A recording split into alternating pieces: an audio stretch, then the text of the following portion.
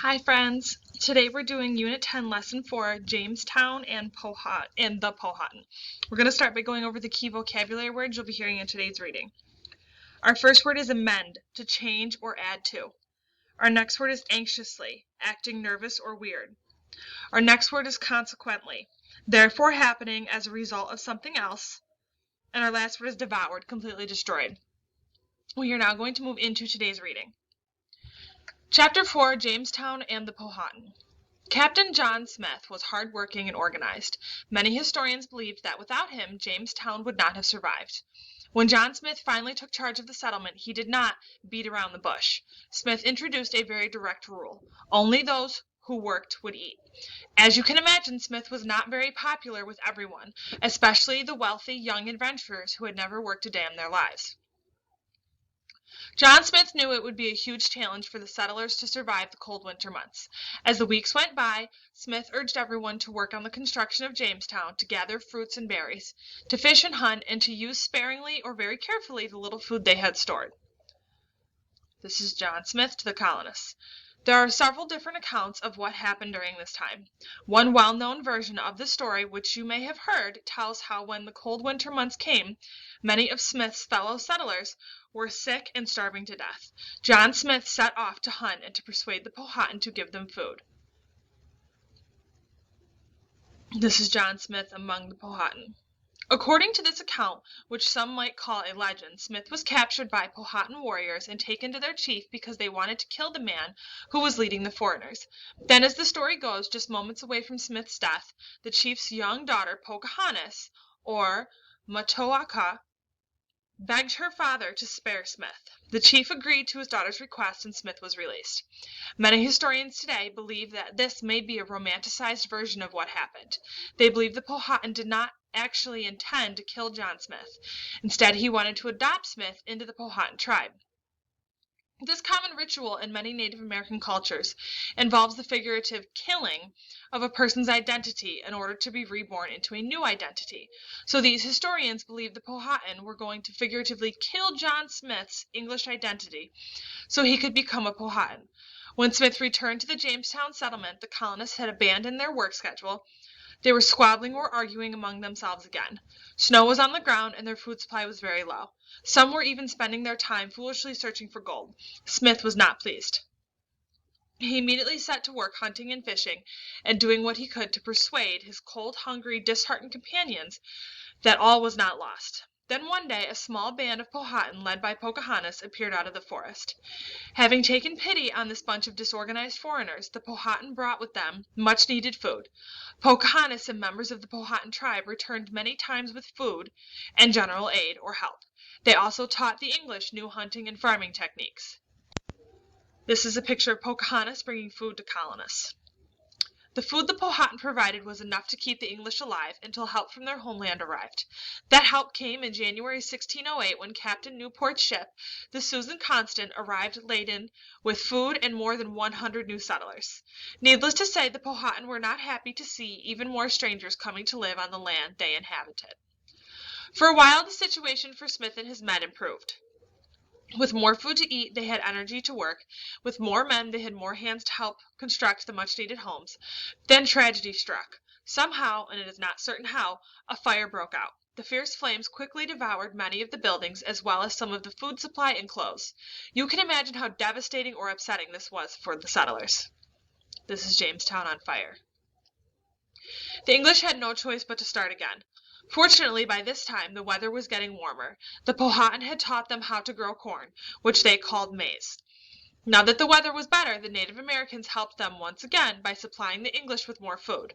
Under John Smith's supervision, the men set to work rebuilding their homes, planting corn, and learning how to live in this new land. When spring came, Captain Newport set sail again for England. Some historians have written that the colonists who had been wasting their time searching for gold persuaded Captain Newport to load his ship with a large amount of red-colored dirt and bring it with him. The gold-hungry colonists were certain that tiny pieces of gold would be found once the dirt was properly examined in England. However, no gold was found. It seems that Captain Newport transported nothing more than a shipload of dirt across the Atlantic Ocean. Captain Newport returned to Jamestown again in the fall. The English colonists were happy to see him again. This time, Newport brought more supplies, as well as 70 men and 2 women. Yes, 2 women! One woman, Mrs. Thomas Forrest, was the wife of one of the men on board, and the other was her maid, Anne Burris. This is the new settlers arriving with the first women. They were the first 2 women to live in Jamestown. Some of the other new settlers were from Poland and Germany, and they brought the skill of glassmaking to the colony. By this time, John Smith had been elected president of the colony, and he had consistently enforced his rule: all must work if they wanted to eat. In fact, these are Captain John Smith's exact words: "He that gathereth not every day as much as I do, the next day shall be set beyond the river and be banished from the fort as a drone till he amend his conditions or starve." Under John Smith's leadership, the colony began to prosper. Smith continued to establish fairly good relations with the Powhatan Indians. The 2 communities even began to trade with each other. The settlers traded beads and copper for food. However, 2 years after Jamestown was established, John Smith was injured in a gunpowder explosion. Without medical assistance, his wounds would not heal. Smith was forced to return to England. The man chosen to lead the colony in Smith's absence was George Percy. Unfortunately, Percy was not as good a leader as Smith had been. However, to be fair, he did have a challenge on his hands from the moment he arrived. After Smith left, the Powhatan seemed to have a change of heart with regard to their new neighbors. Without John Smith there to actively promote friendship and trade between the Native Americans and the colonists, relations began to suffer. The Powhatan no longer had someone they felt they could trust within the colony, and they became wary of the colonists. They began to raid Jamestown and steal essential supplies, especially food. They fought with the English settlers, killing some of them. In addition, the English settlers, without John Smith there to enforce his rules, did not manage their food supplies as carefully as they should have. Then, once again, part of the settlement caught fire. This time, the Powhatan refused to help the English settlers. The settlers waited anxiously for a ship that was due to arrive with supplies, but no ship appeared on the horizon. The winter of 1609 to 1610 became known as the starving time, because the colonists ran out of food and many of them died. This is an image of great distress in Jamestown. Finally, one spring day, 2 ships were spotted. They were the Patience and the Deliverance. The settlers who had survived ran to the bank of the James River in eager anticipation. Both ships had been badly damaged at sea and had just barely made it to Virginia. The ships were low on supplies. The settlers begged to be taken back to England, and the 2 captains agreed. Perhaps the most incredible part of this story is what happened next. Just as the surviving settlers had turned their backs on Jamestown and set sail for England, they spotted an advanced party of Englishmen sailing toward them. The retreating settlers were immediately informed that Lord de la Warr was close behind. Lord de la Warr was appointed by King James to serve as governor or leader of Jamestown. Lord de la Warr, it seems, had saved the day, while the entire settlement actually. He had led 3 ships across the Atlantic, filled to the brim with Englishmen and supplies destined for Jamestown. The Powhatan must have been horrified to see the settlers return. Even worse, there were more of them. Fortunately for the settlers, Lord de la Warr turned out to be a good leader. He restored a sense of order in Jamestown. Under his leadership, the buildings were repaired, and the food and supplies were efficiently managed. However, Lord de la Warr did not reach out to the Powhatan as John Smith had. This is an image of Lord de la Warr taking charge. Things in England were changing, and the instructions to Jamestown from the Virginia Company of London were to stop trading with and relying upon the nearby Native Americans. Over the next several years, more and more skilled settlers made their way to Virginia. Eventually, in 1619, the first shipload of women arrived. Colonists began to raise families in this English colony. Although gold was not discovered, something just as valuable was. In time, a settler named John Rolfe began to establish a relationship with the Powhatan once again. Guided by the Powhatan and under the supervision of John Rolfe, the settlers began to grow tobacco. This is the house of Burgess's assembly.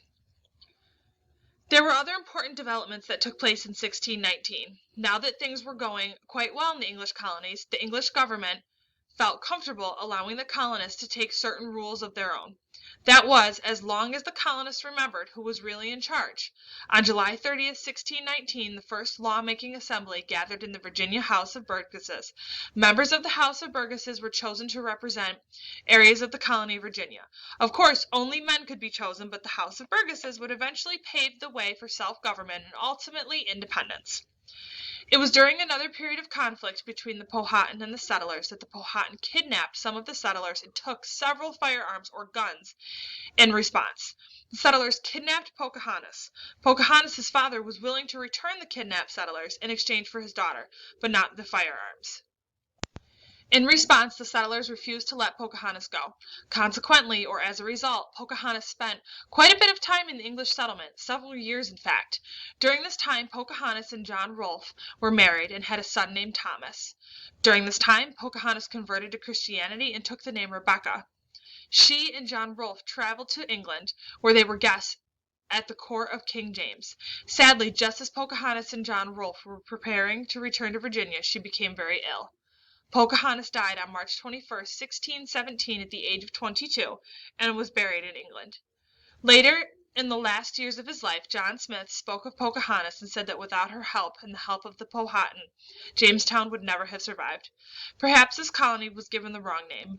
What do you think? This is an image of John Rolfe and Pocahontas meeting King James I. You may now move on to Unit 10, Lesson 4, Google Form.